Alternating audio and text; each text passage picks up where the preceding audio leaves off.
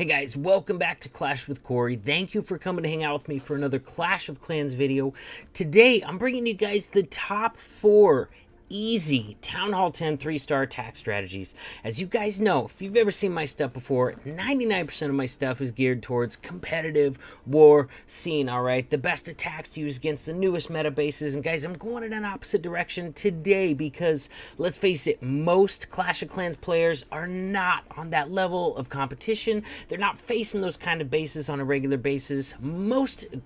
By far the most Clash of Clans players out there are casual players. So that's why today I'm bringing you guys a top 4 list of easy Town Hall 10 attack strategies. Guys, these are the top 4, the best, that are also easy, simple to pull off. And let's get into the list right now. Nerf this!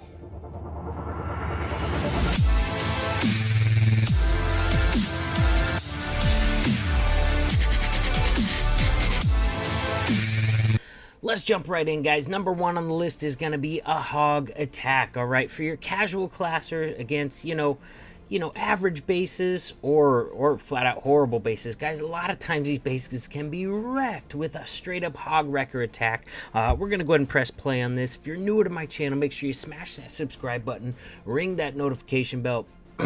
Excuse me, guys. So basically, you're going to create a funnel. You're going to bring 1 or 2 golems to tank in front of your wall wrecker, and you want to get that wall wrecker into the base, you know, deep enough. You got to grab the enemy queen. You got to grab the enemy CC. It's a real bonus if you can get the enemy king as well, but he's not as necessary as enemy queen. Gotta kill her. Enemy CC, gotta kill it as well. And if you can get your heroes in there and do that, or, you know, your raged Valks inside the wall wrecker and get those objectives done while creating some pathing, a lot of times the 30-ish hogs and 4 heals are gonna be able to wreck the rest of whatever's left of this base just fine. And guys, that's exactly what's gonna happen here. Queen's already down, enemy CC's already down, or it is now. You know, Queen's gonna be able to grab a couple more defenses. See, on this one, he's not even gonna get the enemy king. It's not completely necessary.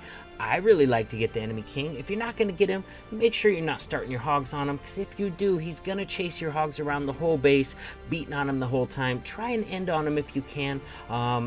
Antho here is going to encounter him halfway through the hog portion of the raid, so it's not going to be too terrible.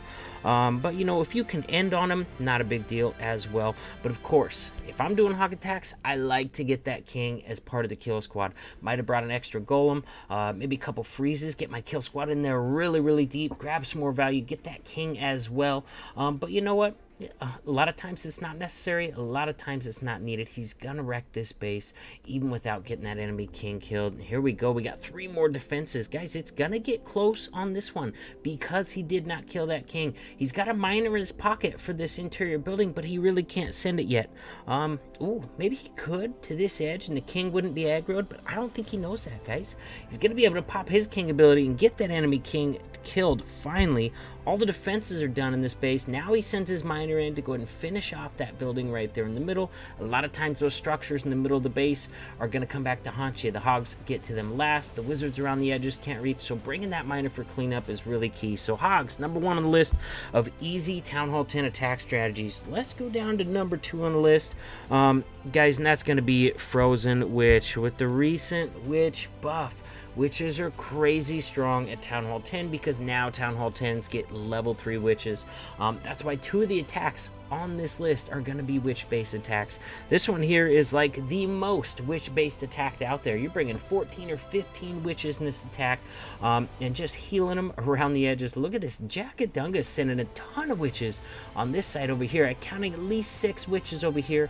And then down on the bottom, he's got 2, 3, another 6 witches. So he's going really, really heavy on his flanks, only sending 2 witches into the core behind that wall wrecker. He's also going to be sending heroes behind that wall wrecker and a couple of wizards probably as well. Now, the freezes are to be used in the core pretty much all the time. What you're trying to do is target anything that's going to be doing a ton of damage to this wall wrecker, get it frozen so that wall wrecker can make it as deep into the base as possible. And guys, this base has these channels right here, so I mean, not really that necessary for the wall wrecker to break a bunch of walls. Inside the wall wrecker, he's got bowlers and a giant, saving a heal and a rage for those bowlers. The heal to keep them alive because they're weak by themselves, and that rage to rage them up up, so they're doing a ton of damage with those double bounces. And there you go, guys. The core is gone on this one. Usually you're not going to have those channels, though, so you're really going to want to focus on using those freezes to keep that wall wrecker alive as long as possible. Guys, a lot of times a wall wrecker will make it all the way from one end of the base all the way to the other if you're using those freezes well on the bases. It's crazy. But here we go, guys. Queen is gonna need to get this multi taken care of because, man, it's put in some work on those witches. Luckily there's still some healers alive, so they're not having any success killing the witches. It's just roasting through those skellies really fast. Look at this flank over here, you guys. Oh my gosh, one healer left, but tons of witches. Queen just joined up with that healed group, got some bowlers in it as well. Looks like he's going to be ending on this multi-target inferno. Wow, healers are wrecked at this point, guys. Only one healer left. And you know what? There's just too many troops left over. The multi's only got 5 beams, guys. It can't target all those skellies at once. Can't target all those witches and the queen at once. Gonna be able to overwhelm that last multi-target inferno. Very nice triple from Jackadunga. But there you go, number 2 on the list. A very heavy witch-based attack, the Frozen Witch. Gave you a little rundown on how to pull it off. Guys, this is going to work on a ton of bases now that we got these level 3 witches at Town Hall 10.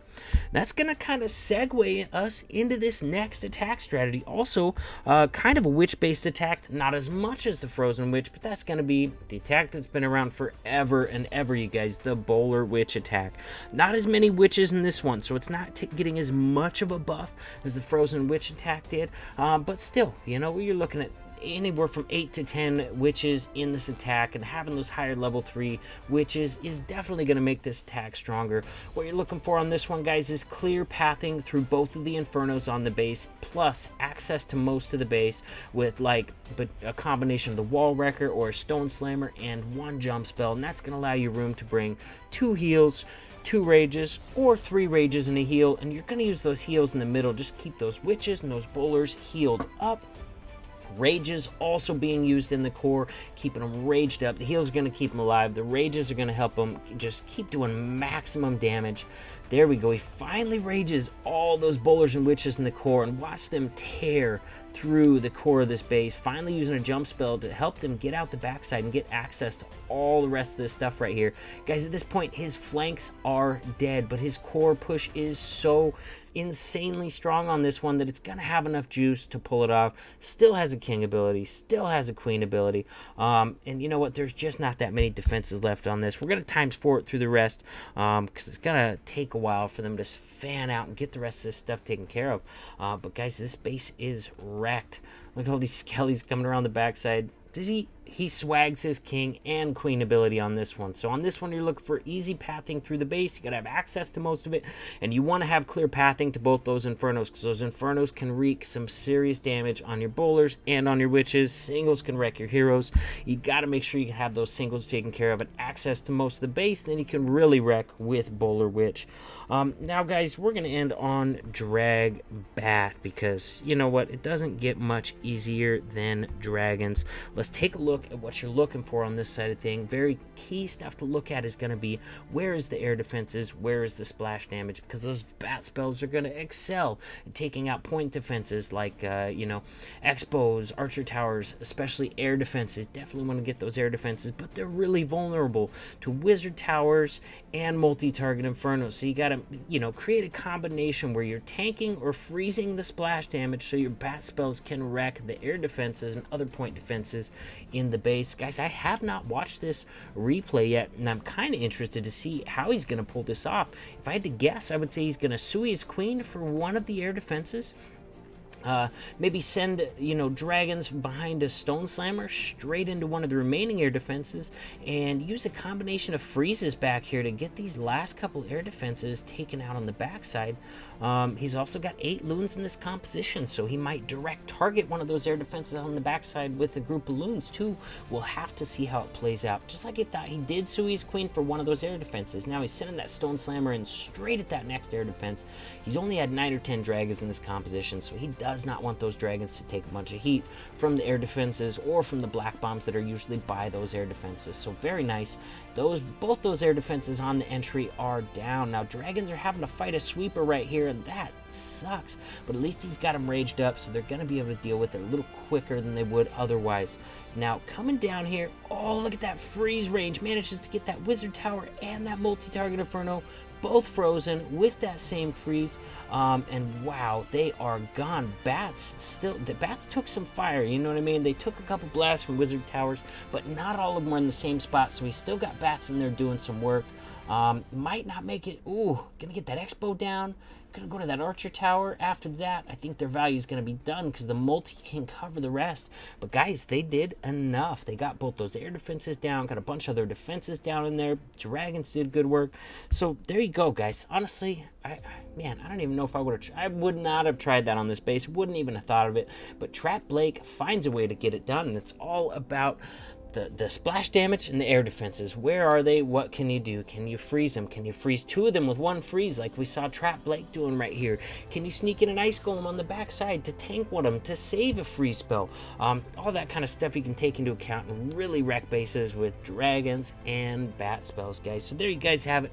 Top 4 of the easiest Town Hall 10 attack strategies for your average Clash of Clans player, guys. And once again, Hog Wrecker number 1, Frozen Witch number 2, Bolar Witch number 3, and Dragbat number 4. You know what? And that's not a particular order. Dragbat, you know, if you're good at it, if you study it, you're probably going to use that a lot more often than you would like a Bolar Witch. I know I can't Bolar Witch for nothing, but a lot of guys are really good at it. So not in any specific order, but I believe those are definitely the top 4, the easiest attack strategies at Town Hall 10 out there right now. So have fun with them if you're not already. You know, and if you drifted away from them, maybe go back to one of them. You know, it's a lot of fun, guys. With that, check out details below my videos if you have not already. In there I have links to all my social media right up here at the top of the screen, including my Discord server, which is hands down the best way to get a hold of me, guys. WHF's always recruiting, and the link to our recruiting Discord server is always in the description below all my videos, so check that out. We're especially looking for max Town Hall 11s, max Town Hall 10s right now, but you know, we're technically always recruiting max Town Hall 12s as well, so check out that link as well. And guys, thanks for hanging out with me today, and I'll see you in the next video.